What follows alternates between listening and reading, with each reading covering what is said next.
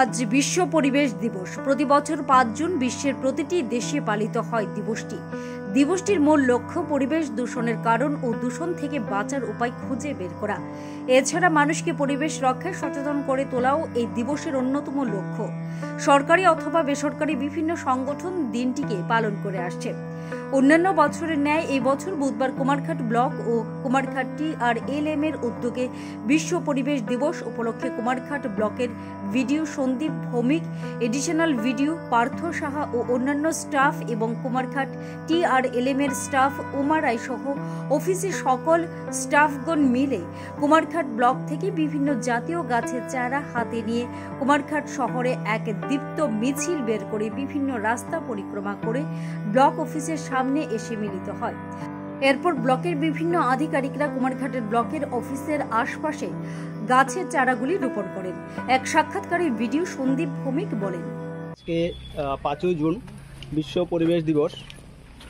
এই দিবসটিকে সামনে রেখে আমাদের যে সচেতনতামূলক র্যালি আমরা করেছি, র্যালি শেষে যে সমাবেশ, সেই সমাবেশে উপস্থিত আমাদের ব্লকের মাননীয় এডিশনাল ভিডিও মহোদয়, ব্লকের আমার সতীর্থ বন্ধুরা,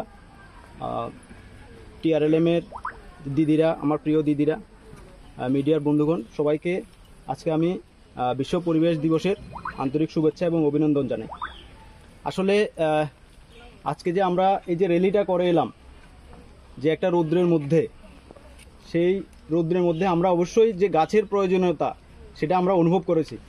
আজকে যে রাস্তা দিয়ে আমরা গেলাম, সেই রাস্তাটার দুপাশে যদি গাছ থাকতো তাহলে কি আমাদেরকে এত কষ্ট হতো, এই গরমটা আমাদের কম লাগতো।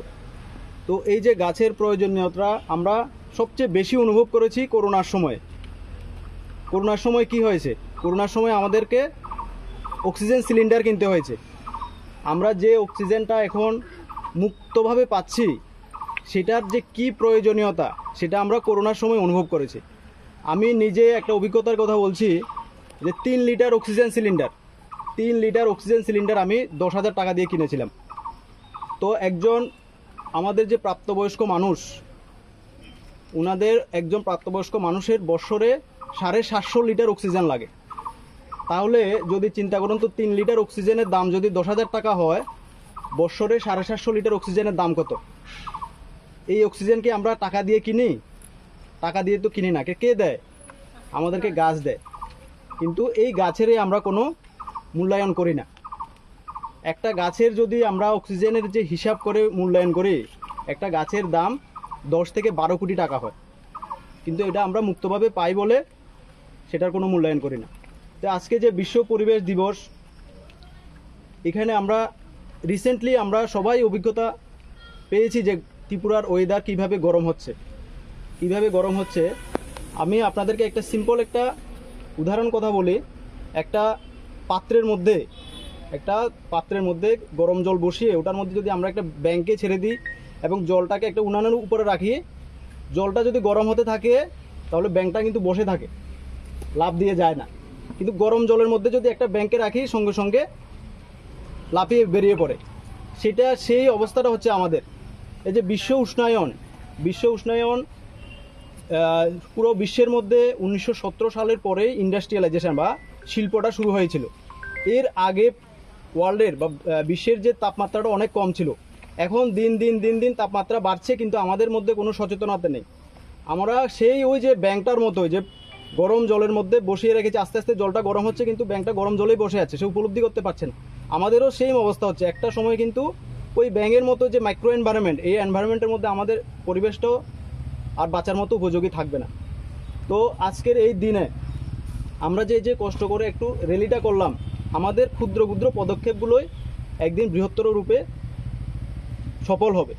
যে আমরা আজকে প্রত্যেকজন যদি 5 জন লোককে উদ্বুদ্ধ করতে পারি যে গাছ লাগাতে হবে, আমাদের আজকে কিন্তু সেই সময়টা এসে গেছে। আপনারা যে বিভিন্ন ভারতবর্ষের মেট্রোপলিটন সিটিগুলোতে যান, ব্যাঙ্গালোর যান, মুম্বাই যান, দিল্লিতে জলের কি সমস্যা। ব্যাঙ্গালোর সিটিতে 1200 ফুট নিচে জল পাওয়া যায় না। তো আমাদের ত্রিপুরাতে একটা সময়ে 30 ফুট 40 ফুটে জল পাওয়া যেত, এখন আমাদের 150 ফুট 200 ফুট যেতে লাগে।